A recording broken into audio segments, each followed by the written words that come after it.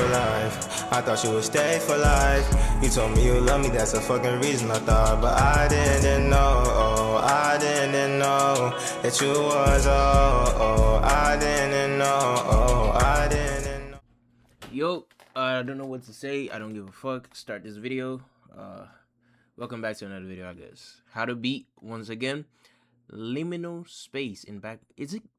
I thought it was just called the Backrooms, but I guess it's called how to beat liminal space in the Backrooms. So let's go ahead and watch this. Once again, I think I've seen like some clips of the Backroom. I feel like the motherfucker could enter and leave. I mean, the moment you enter and you leave, I'm just leaving, bro. I'm not coming back in. Cause why the fuck? I don't know. Maybe you could have thought it could be some kind of superpower, and then you keep going back, like, you know, like a little infinite pocket dimension. You could like store shit. I guess that would make sense until it turns into some kind of horror shit. But yeah, let's get into this bitch. Let's see how it goes. How to beat. Have you ever taken a wrong turn in IKEA, no-clipped through reality, and just heard? Never.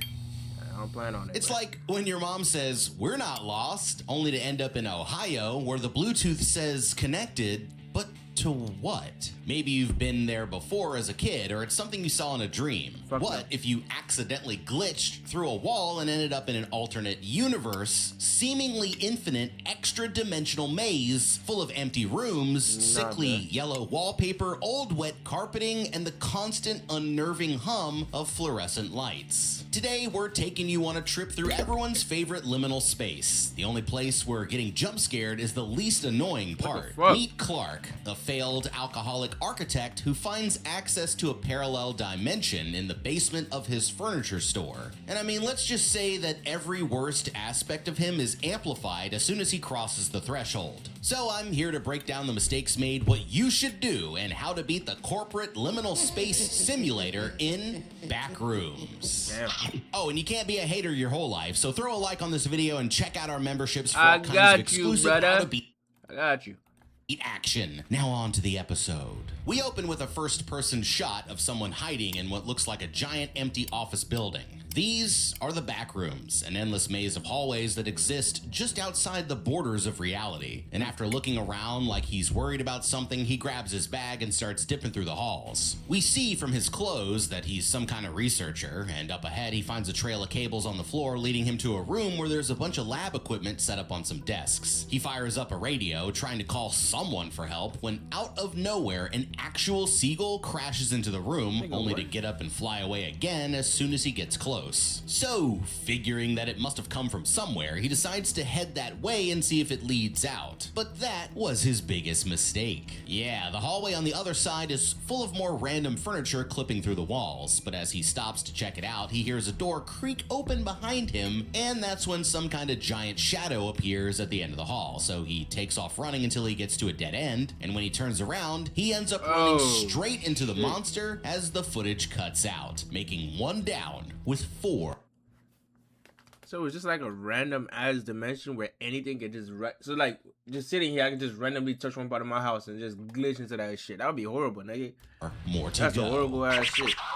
Okay, something tells me getting bodied by a mysterious entity was not in his job description. I've seen this movie a few times now, and I can tell you that the company Buddy worked for is called Async, which used to make MRI machines until they found the Backrooms and started studying them instead. So he didn't just end up here by accident. He got sent here as part of his day job, and that makes what just happened here even worse. When you think about it, this place might look like an office building, but exploring it's like a lot more like cave diving, where if you get lost or separated, you're pretty much toast. So if I was running the show, we're working in teams of at least 8. That way, no one ever has to travel alone. And besides just research, a huge part of our day-to-day would be marking the place out using bright paint and signs and leaving little "you are here" maps, so it's impossible to get.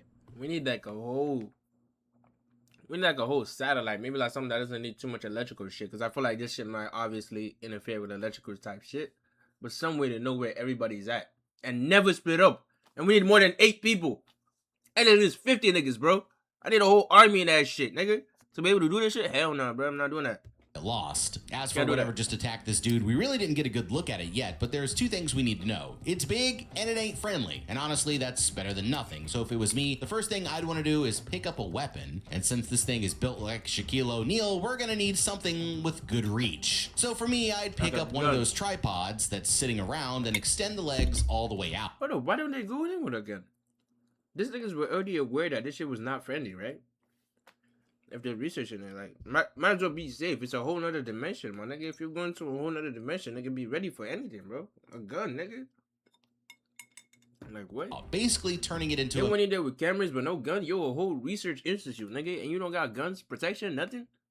makeshift spear. Look. When it comes to movement, the best strat would be to lose him in a small place where he can't fit through. And if you ever hit a room with only one door, don't be a dummy like this guy and fall for it, because if it's locked, you're done, son. So I'd keep running unless I could see more than one possible exit. See, in the back rooms, there's areas called null zones, which are when somebody can no-clip out of reality and enter the hallways. Kind of like that train station from Harry Potter. And this dude did not realize he just walked right under one. In the hallway, he came to a spot where there was a bunch of leaves and some feathers on the ground and some water damage on the ceiling, and for a second he could even hear beach noises coming from above him. So to me, those are all clear signs that he was right under a null zone, and if he just stacked up some furniture, he probably could have climbed right through it.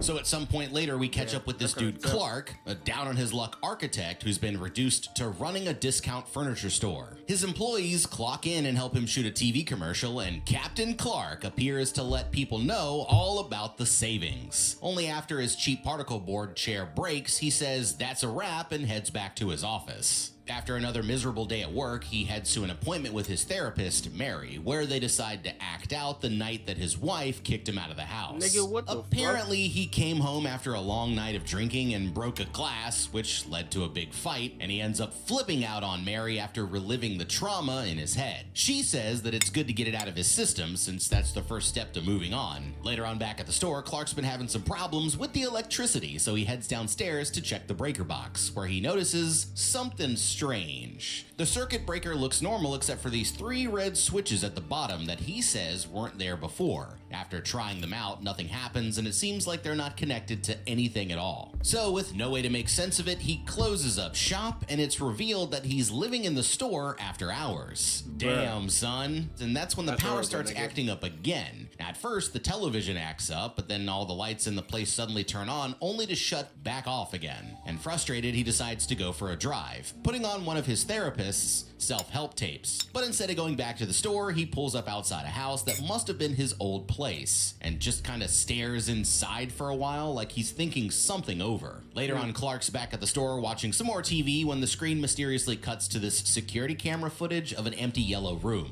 Annoyed, he gets up to fix it, which is when he sees the lights are on in the basement, so he goes down there to check out why. He starts flipping every single switch on the breaker, but the electricity stays on, so he says screw it and hits the 3 red ones at the bottom, and this time everything shuts off. And nothing will come back on again, so he gives up and heads back upstairs, but something catches his eye. Like, for some strange reason, he can see a little sliver of light coming from the wall, kinda like it's shining through the cracks of a door frame. So he gets closer, leaning right up against it, when suddenly he accidentally falls straight through the wall, finding himself in another yellow room just like the one he saw upstairs on his TV. It's an empty office or sales floor with a bunch of random furniture stacked in a huge pile. And when he turns around, there's nothing behind him but a solid wall. But as he reaches his arms out, he's able to put it straight through, leading him to realize that it's not just a wall, it's a freaking doorway. Imagine Go being through able to and build never come back, anything nigga. just by thinking about it. Meet Base 44. Okay, this is usually where someone in the wrong state of mind would have a psychotic break. This door ain't ordinary, bruh. It's some kind of cross-dimensional portal which is sketchy as f***. Just because it's here now, there's no guarantee that it'll still be there in 5 minutes. That takes the odds of his survival down to 50-50 straight up. The other thing I'd be worried about is getting lost, since all these hallways and rooms look pretty much the same, so all it takes is one wrong turn and you might as well be checking into the Bellevue Psychiatric Hospital. Been out of there, and actually, I just thought of 2 larger issues here. Clark's been drinking all night, meaning he's way too hammered to be exploring any parallel dimensions right now, and 2, we saw from the TV footage that someone already set up security cameras in there, which is a bigger red flag than you might first think.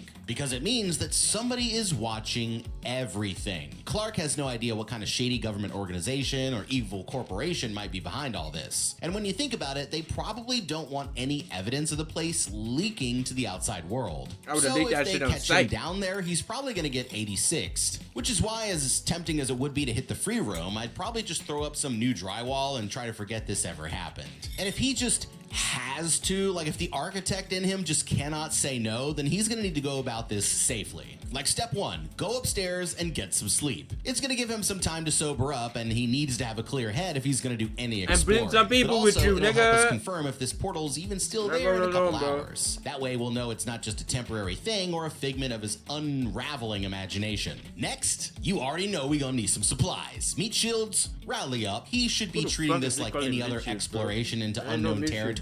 Think deep sea diving. Like I'd get myself a backpack and load it up with water, snacks, just like any other hiking trip, and multiple backup flashlights in case we hit any dark areas. The most important thing he could probably bring with him is a guideline, and if he really wants to go there, I'd head to a scuba supply shop and get the exact kind cave divers use, which is basically like a long spool of brightly colored rope that can stretch out for thousands of feet. Not sure where we stopped, but I felt like I paused the video by accident, so my fault. Backward stop sign. Off to his right, he notices an open doorway passing by a dead seagull as he makes his way through. On right, rocketmoney.com/action. Big tells Clark to start exploring, and he's in a weird mind state because he was drinking earlier, right? He slowly starts creeping around the next few corners until he comes to a dark room with a backwards stop sign. Off to his right, he notices an open doorway passing by a dead seagull as he makes his way through. On the other side, there's nothing but more along. Nigga, I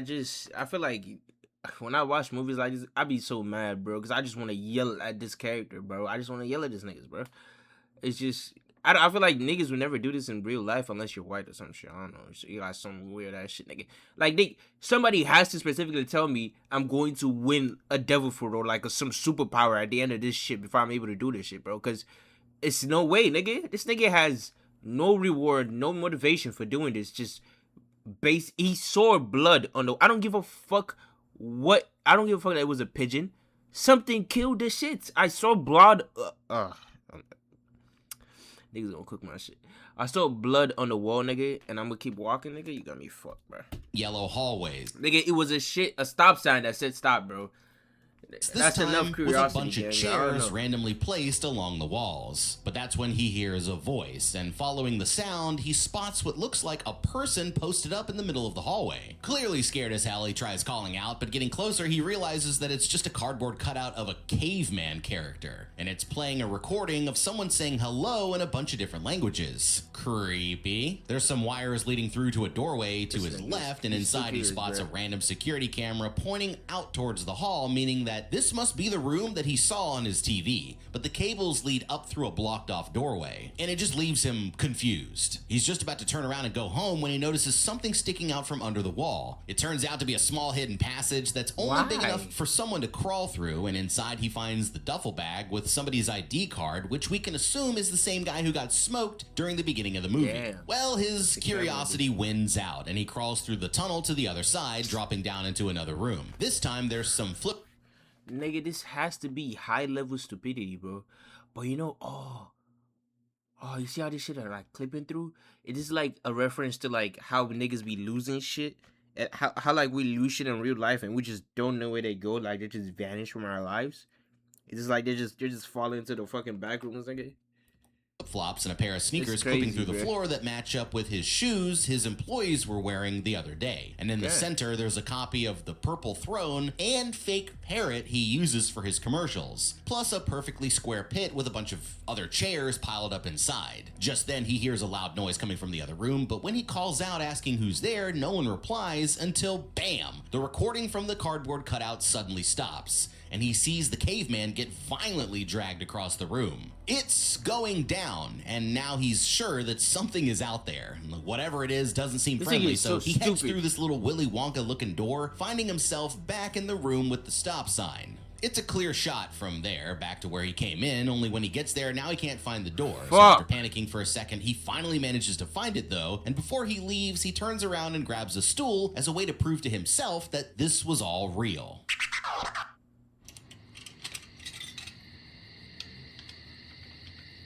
Like, it was smart for him to grab the stool. What the fuck is this ad? I mean, It was hella smart to grab the stool at least to try to remind us. I would have left the stool like in between the door and the fucking real world just to make sure that the door is still there. Just in case the door does close. Because if that shit actually closes one day, nigga, you don't want to be there, my nigga. at this point, Clark should be less worried about getting proof and more worried about not getting killed. Because he's honestly lucky he made it out of there alive, right? For starters, it's absolutely nuts that he just decided to head in there without even marking his path or anything like that. But as if getting lost wasn't enough of a problem, he just got proof that there's something else down there, and whatever it is, I don't think it wants to be his friend. Now, you might be wondering what's up with this caveman, and that's actually the first sign that we have a problem on our hands, because it wasn't just playing random voice lines, it was actually playing the part of the Voyager Golden Record, a recording sent up into space back in the 1970s as a kind of introduction to Earth, if it was ever found by aliens. That tells us that whoever set this up knows something is down there, and they think he's trying to communicate with them creatures. Damn, them research niggas. It's intelligent enough to communicate with, which makes what happened to the caveman even more concerning. You see, when Clark called out to it, it didn't run away or try to reply back. It just went quiet like it was listening and then absolutely demolished the first human-shaped thing that it saw, which to me seems more like a hunting strategy than anything else. And when you combine that with the duffel bag he just found, it's a sign that this thing's already caught at least one body, making this place even more dangerous than it already was. Fuck. Now, personally, this is the moment where I'd close the basement, sell the store, and try to pretend this never happened, right? Shit. But if he wants to be dumb and keep exploring this, there's actually some research he can do without having to go back in there. While he was checking the duffel bag, he pocketed the guy's ID card, giving him his full name and the company he worked for, and if he's smart, that could be a major breakthrough. The first thing I'd do here is look up the company Async and try to learn as much about them as I could, like where they're based out of, who works there, what they do on the surface when they're not exploring the rooms. Then I'd also look into the employee himself and see if I can find out things like his background, if he's been reported dead or missing, and if he has any family, supervisors, or coworkers that I could look into to try and learn more. He still needs to be careful though, because there's no telling what this company will do if they find out he's onto them. But with that being said, I already thought of an easy way to test it out. It's not exactly the most ethical plan, but if I really wanted answers, I'd give the ID card to that dude Bobby and offer to pay him $20 if he just calls the 1-800 number and says he found it. From the company's perspective, the only way he could have found it is if he would have gone to the Backrooms, so then he can just sit. This thing is so evil about using people to die and sacrificing niggas. I ain't gonna lie, I would do the same if I wasn't like, I mean, it would depend on my situation for me to sacrifice some nigga, bro. If you were an innocent nigga, I have to talk it out a little bit. But shit, this nigga don't give a fuck, bro. Nigga just gotta die. Nigga just decided to use a random innocent motherfucker that don't know jack shit about what's going on. And I feel like using that Bobby nigga too is a little too dangerous. Cause let's say they didn't just smoke Bobby, bro. You give it to Bobby and he called them saying he found it, and they were like, oh, all right. And they didn't smoke Bobby. They just kidnapped him and then started torturing him to try to figure out what's going on. Bobby's gonna snitch. He gonna snitch and they gonna find you, bro. So I wouldn't trust that. Wait to see what happens. And if Bobby suddenly disappears off the face of the earth one night, that's our sign we need to quit while we're ahead. Hold up, pause the video. I need to let everybody know that the How to Beat Discord is now launched out of kids, even a key appointment, acting even jumpier than usual. Mary asks him if he's been, his therapy appointment, acting even with Clark. It's already a few days later, and he shows up to his next therapy appointment, acting even jumpier than usual. Mary asks him if he's been, hitting the Benjamin, but he says that he hasn't had a single drink in days, which should be a good thing, right? But then he asks if Mary's ever called in a 5150, which is something that therapists can do to have a patient sent to the hospital if they're in crisis. And that's when he starts spilling the beans about what he found under his store. He keeps trying to explain it in a way that makes sense, saying it's like a giant office building designed by somebody who's never actually seen an office building. And as if that doesn't sound crazy enough, he pulls out a hand-drawn map map that looks like something he drew in the middle of a mental breakdown. Mary is a little disturbed by all this, and she tries acting like she's hearing him out, but when she doesn't instantly take his word for it, he gets all pissed off and storms out of her office, vowing to come back with proof and get her apology. Needing some help, he decides to recruit his assistant manager, Kat, and her boyfriend, Bobby, telling them to grab their camera and meet him at the store the following night. He hasn't really told them exactly what they're doing yet, but instead of explaining, he just points at the wall and says that he's going through it. And as they're both standing there thinking that he's gone completely mental, that's exactly what happens. Kat starts bugging out, but Bobby is completely amazed. And after trying it out with his arm, he decides to go for it, with Kat reluctantly doing the same. He starts leading them through the place like an excited tour guide until eventually they come to a spot that he hasn't explored yet. The floor goes straight down like a steep ramp. So they tie Bobby off with a rope and start lowering him down to get some footage, where he finds himself in a creepy looking room full of piles of old clothes. Looking closer, he finds an exact copy of one of his own t-shirts in a nasty ass pile of crap, and notices another dark room in the distance with a flickering light. As he inches closer, something huge suddenly appears from out of the shadows. Horrified, he books it back to the ramp and starts begging the others to pull him up, and at first he does end up making it back to the top. But as he's trying to untie the rope around his waist, the creature grabs it and drags him back in. And it's so strong that it yanks the bed frame that he's tied to, knocking the others down the chute as well. They reach the bottom just in time to see Bobby getting dragged off through a sideways door, and from the trail of blood he's leaving, it looks like he is not gonna make it. So I think it's safe to say that makes 2 down with 3 more to go. But Kat's a ride or die and immediately starts bolting after him, while Clark grabs the camera and dips out through a random hole in the side of the wall. This nigga's a bitch. This nigga's a bitch. I'll be so fucking mad, bro. But they're grown adults too. Could've made their own decisions, nigga. Fucking dumbass nigga. Bobby stupid, Cat stupid. I hate niggas that be acting scared and acting against, oh, I don't want to do this, but then be getting, nigga, peer pressured? You getting peer pressured to die? Are you stupid? Your bitch ass couldn't say hell no, nigga, and call the cops? Call somebody, nigga? What the fuck, bro? I guess Bobby should have really listened to his girlfriend, huh? But honestly, though, the funny thing about this is he does not need much to prove this shit. Genuinely, all it took for this niggas to believe him was just sticking his head through this shit. So he ain't need no fucking footage and shit, nigga. They could have just brought niggas there and just showed niggas. And they'd be like, look, my head quite literally is going through a physical object, my nigga. Whole wall. That's all this nigga needed. He just needed to go there, grab his phone, and just record his hand going through. That's all. Could have taken it back and be like, look at this shit, bitch. And she would have believed him. No. Let me go inside and go die. You gotta be dumb as a back.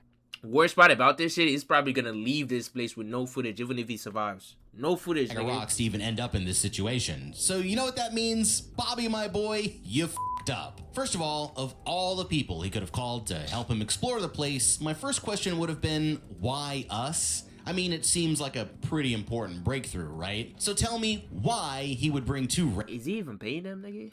random kids from work instead of, I don't know, like the government or something? Also, why did it have to be Bobby who went down there? Like, couldn't they just hold the rope and send Clark down himself? Exactly. What's He's crazy the one is that I'm wants pretty this sure shit. he set them up, because, I mean, you're gonna tell me he just found this secret exit by chance? Nah. I think the research was actually just to see what this monster would do if he sent it some food. And it looks like Bobby just found out the hard way. So sorry, my man, but you f***ed up. The path leads Clark through another series of hallways, passing through a closet door, and ending up in another room full of more random clothes and furniture stacked all over the place. Down here, the rooms look even more bizarre than before, and he keeps running until he comes to a dark room with a random Christmas tree in the middle. In fact, it's so dark that he doesn't even realize that there's someone else in there, but as he gets closer, he realizes there's a man half fused together with a wheelchair. And as he turns on a lamp, a red-headed woman comes stumbling out of the shadows, causing Clark to run off into this abstract-looking bathroom made of white tiles. Pool room. He keeps going until he ends up in a room with a filled-in pool, only to realize that it's a dead end. But right as he's about to turn around, he hears Kat banging on the other side of the wall, who can apparently see him through that wall. So he puts down the camera as he runs over to look for her, and as he's looking for a way to get through, Kat starts freaking out as something giant picks up the video camera, and Clark turns around just as the footage cuts to black. Oh, it's hectic. Sometime later, Mary wakes up from a nightmare to the sound of her phone ringing, ringing. She takes her time answering it, letting it go to voicemail, only to realize that it's Clark, and he leaves her this unsettling message saying, "I opened the window and I'm not coming back." This is a reference to what she always says in her self-help videotapes. Realizing he might be in trouble, she decides to stop by the store when he doesn't show up for his next appointment, finding the place completely empty with the doors unlocked. She starts calling out for Clark, but nobody answers and notices the stairs leading down to the basement, so remembering their conversation about what he said, she makes her way down there, finding a map on a whiteboard and an outline of a door frame taped to the wall. It's just like what he described during their last session, and as she's staring at the door, she sees a fly go straight through the wall. So with that as her proof, That's all you she need, psychs nigga. herself up and decides that she is going in there. Oh, fuck, you're so stupid. Nigga, I don't think humans are that stupid, bro. But I don't know. We've been doing a whole bunch of stupid shit for generations, gang. I don't trust humans, gang. I don't trust us, gang. Okay, Mary has got to be one of the most dedicated therapists on the planet if she's actually going through with this. Like driving by her client's house to do a wellness check, that's insane. But if I was her, there's absolutely no chance in hell I'm following him in there. Besides all the reasons we already talked about, I'd say the biggest problem here is that it's not even her damn job. I mean, she's a therapist, not a search and rescue officer. So traveling into a parallel dimension to save one of her patients is like way more than anybody's asking her to do. And she doesn't even have the skills, supplies, or resources to do it safely. Shit. Another thing she should have noticed is that it's not just Clark who's missing, because even though the store looked open for business, she didn't see a single employee. Now, if the place was running like normal, that means one of the workers should have reported Clark missing already, but the fact that they didn't shows that they're missing as well. And now that we've got multiple people from the same place all disappearing at once, that's not a good sign. And she didn't even tell Then nobody we that have she the was huge going pile of here. bills She's at the front stupid. door, showing us that Clark's been in there for a long time, meaning he's either dead, lost, or completely out of his mind. So And it's none been of those days. answers make me want to go in there and find out for myself. But the riskiest part about it is that right now, Mary's the only one who knows where Clark went. And So she if ain't tell goes nobody. missing too, then nobody's getting saved. Oh and that's my exactly fuck- why, oh if it my was me, days. I'd make the only smart choice it's possible to make here and just call 12. I mean, it might sound crazy at first, but all she's got to do is show an officer this basement and they'll immediately have I'm to believe saying, her. my And then she nigga, can just you don't sit even back and let the out of every fucking horror shit, bro. Because usually the main plot with horror is not being able to like let niggas know what's going on or be able to like record shit. Usually with demon shit, you try to record it and there's no footage at all, so it's very difficult. Or like some kind of mind demon is in your head. But my nigga, this shit is not even a demon. This is not even demonic or nothing like that. It's just some outer space shit, some shit you niggas never seen, some shit behind you. But it's there, my nigga, and you can record it and you can show people, bro. It's quite literally easy to just tell niggas, bro. I feel bad for this fly, bro. Professionals deal with this instead of risking it herself. But if she's really gonna try and go in there and find him, then this is another point where I'd want to prepare myself first. So before I decided to go for it, I would hit up a store, grab all those supplies we talked about earlier. But this time, there's 3 other things I would do. First, I'd take a picture of the map with my phone, that way I had something to reference. Second, I'd tell someone I trusted exactly what I was doing, and if I didn't call back by a set time, they would at least know where I went. And since Mary doesn't know if this place could be dangerous, it's probably a good idea to be strapped. So I'd pick up a blicky, some pepper spray, a taser, a baseball bat, you know, anything I could use to defend myself if worse comes to worse. And then at least she'll be ready for whatever happens. Passing through the wall, she ends up in the same room as Clark did, only now all the furniture that was stacked in the middle is gone. And she nervously starts making her way around, following the same route as Clark during his first trip. She gets to the room with the security camera, finding the camera pulled out of the wall and a bunch of furniture blocking the door. So she keeps going until she gets to another hallway full of chairs, and as she comes around the corner, she finds this huge painting on the wall, showing a giant on a throne and a bunch of people in yellow suits. There's some creepy writing there too, saying things like, "Tables don't bleed blood." And while she's standing there taking it all in, she feels a presence creeping up behind her, turning around to see Clark hiding in the shadows. Nigga, he what? whispers at her to be quiet, like he's worried something's gonna find them, and when she asks what the hell this place is, he says that it's everywhere that ever was. That's when they hear a loud crash from around the corner, and Clark starts backing up behind her, telling her not to freak out, but he grabs her neck and puts her in a chokehold, saying it's for her own good, and she passes out. There's a time jump, and she wakes up seated at a kitchen table with Clark reciting one of her old therapy lessons. And as she looks around, she realizes that they're not alone. He's got a few of those weird Backrooms people people there too. Nigga. The two from before, plus a new guy with 6 eyes and a button-up shirt. When Mary asks what's up with them, he explains that they're like copies of the original people from outside in the real world, but with all the details wrong. Just like the rooms themselves, like they've been remembered incorrectly. Realizing he's totally lost it, she tries taking the conversation in another direction, but he completely ignores her and keeps talking about his new friends as he gets up and sticks a knife in the man's neck. The guy doesn't even react, and Clark starts going off about how it must be nice to just exist with no emotions, saying they're just like pieces of furniture. And just when it seems like things could not get any worse, Clark straight up says, "You can eat them," before reaching into the man's stomach and slapping 3 big globs of white slime down on their plates. That's when he walks over and opens the fridge, revealing Kat's head chilling inside, making 3 down with 2 more to go. Dang. And Mary starts to panic, promising to help him get better if he just lets her go. So after thinking it over for a second, he realizes what he wants and says that first, they can start with that apology. Bruh. And this is exactly why you never let the crazy guy get behind you. Well, it looks like Clark's gone full Texas Chainsaw, so unfortunately I don't think her therapy is working. But on the bright side, at least he hasn't killed her yet, and even though it looks bad, I can still see at least 2 options for getting out of this alive. First, after we saw Kat's head in the fridge, he mentioned that he tried to help her and then trailed off. Now, his choice of words here tells us something important because it seems like if she lets Clark help her, she'll be able to avoid ending up as a head in the freezer.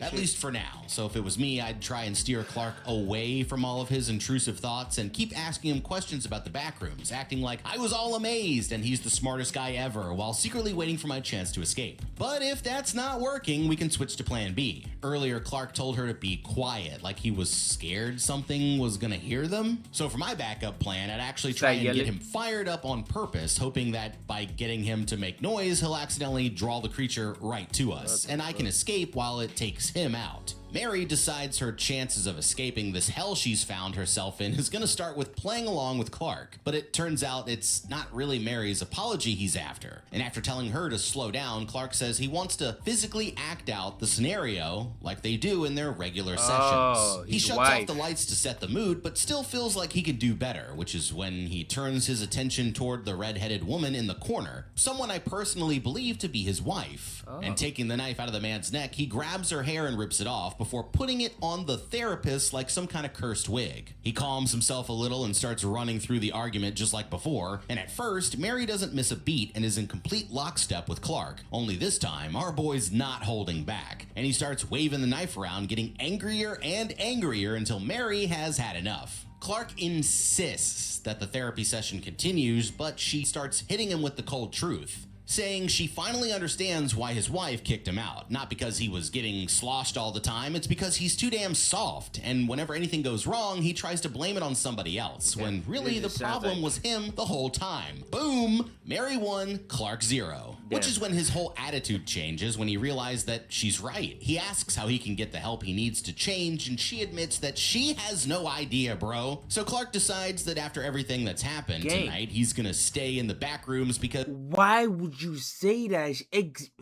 Nigga, you need him to— how you gonna tell him you don't know? My nigga, come up with something, bro. Oh my goodness. Niggas, people can always change type shit. Feed him a little bit of Naruto shit, bro. I got you. I'm gonna help you get the help you need. First, we're gonna start with, you know, getting you open to some more people, getting you to talk. I know ways. I've dealt with this type shit, nigga. Don't tell this nigga there's no hope for him. This is a nigga that damn near has nothing to lose already, bro. And you're trapped in another world with him.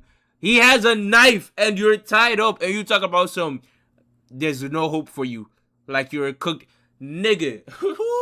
because it's the only place he truly belongs. Meanwhile, Mary is like, "Get me the f out of here, twin." Clark kind of snaps out of it and is like, "Dude, you're Mary. I'm tripping," and unties her. And that's when we're treated to a jump scare of his wife lookalike bolting for the corner and screaming as loud as she can. Just like the T-Rex in Jurassic Park, the heavy footsteps of one bizarro Captain Clark appears from out of the shadows. Head to toe in pirate garb, Clark starts inching closer, speaking to it in a calm voice and saying that they don't have to change, that they can stay here forever. But in one of the most disturbing scenes of 2026, Pirate Clark picks up the architect and takes a massive bite out of his shoulder. Naturally, Clark starts bleeding profusely. Mary leaps from her seat as Clark is slammed on the table, making 4 down with 1 more to go. What the fuck? Everybody just stupid, huh?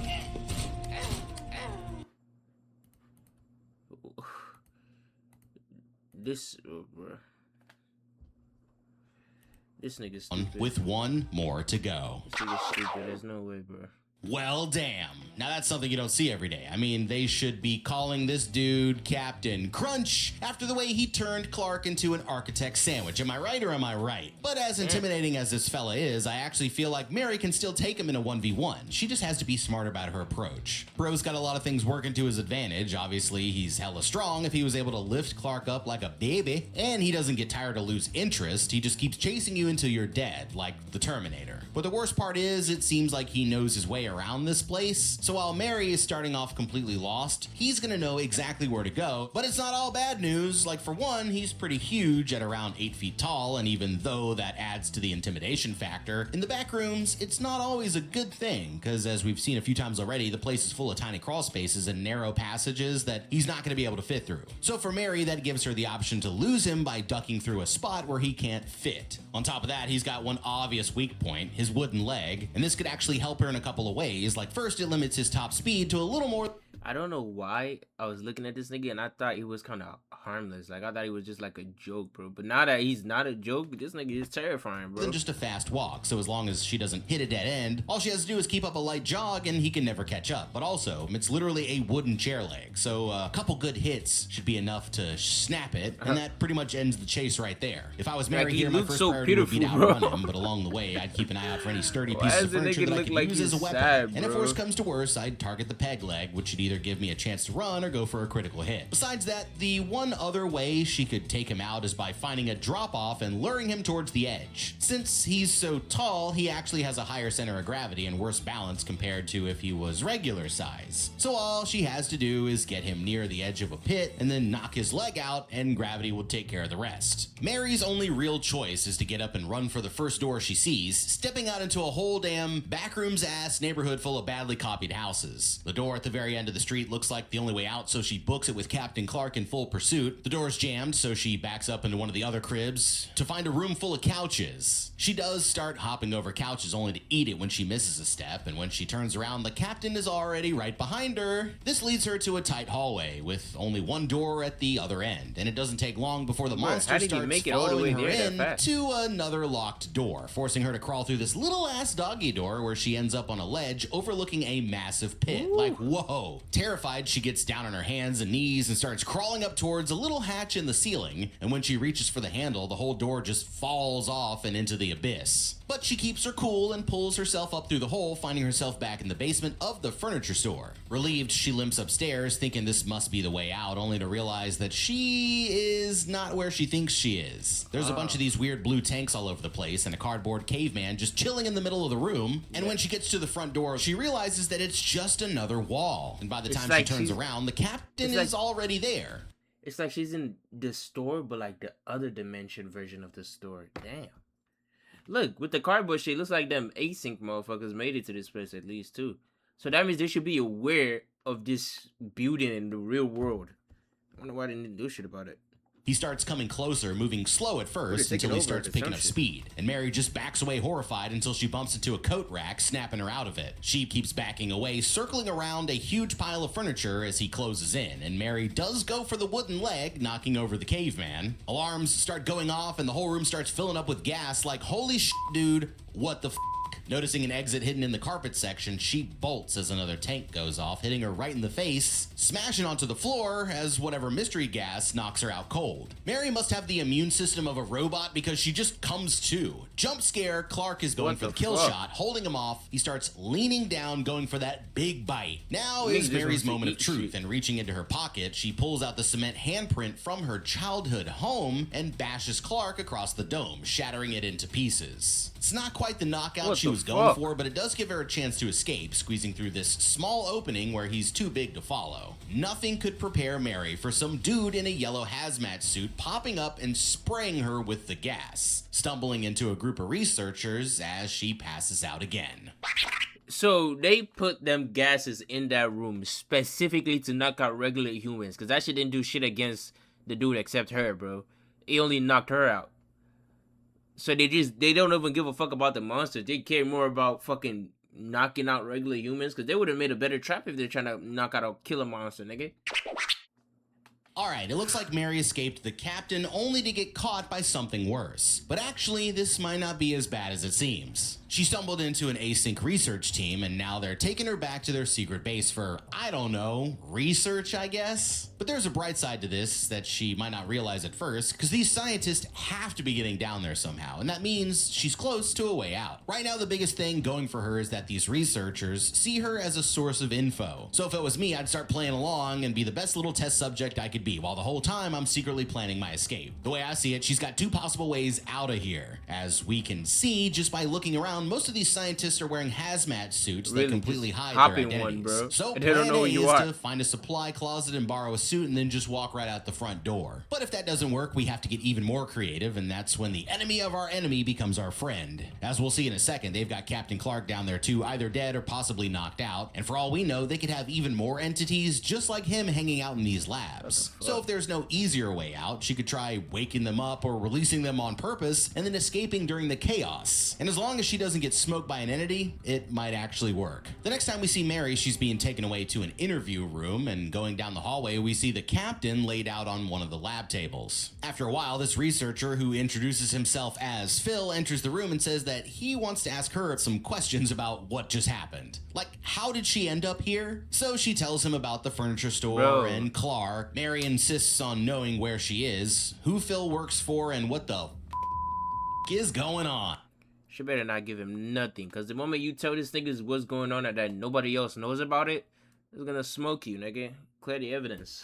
He explains that he works for a company called Async, saying how they used to make MRI machines until they found the rooms. And ever since then, they've been studying the place, trying to figure out as much as they can, but despite that, they barely know any more about it than she does. And when Mary is like, what's gonna happen to me after this interview, Phil pulls a creepy and says it's ultimately not up to him. He tries turning the conversation back around, seeming desperate to get her talking, but his voice starts fading out as she realizes that she's still trapped, and the scene pulls away, showing us some footage of a bunch of rooms. It starts with a copy of her demolished childhood home. Then we see a half copy of her office and her bedroom, and it keeps going down through more and more levels until somewhere deep down in one of the rooms, the last thing we see is a botched copy of Mary herself as the screen cuts to black. So in the end, it looks like that makes 4 victims and 1 giant pirate down, with Mary as our not-so-lucky survivor. Maybe if there's a part 2, she'll get another chance.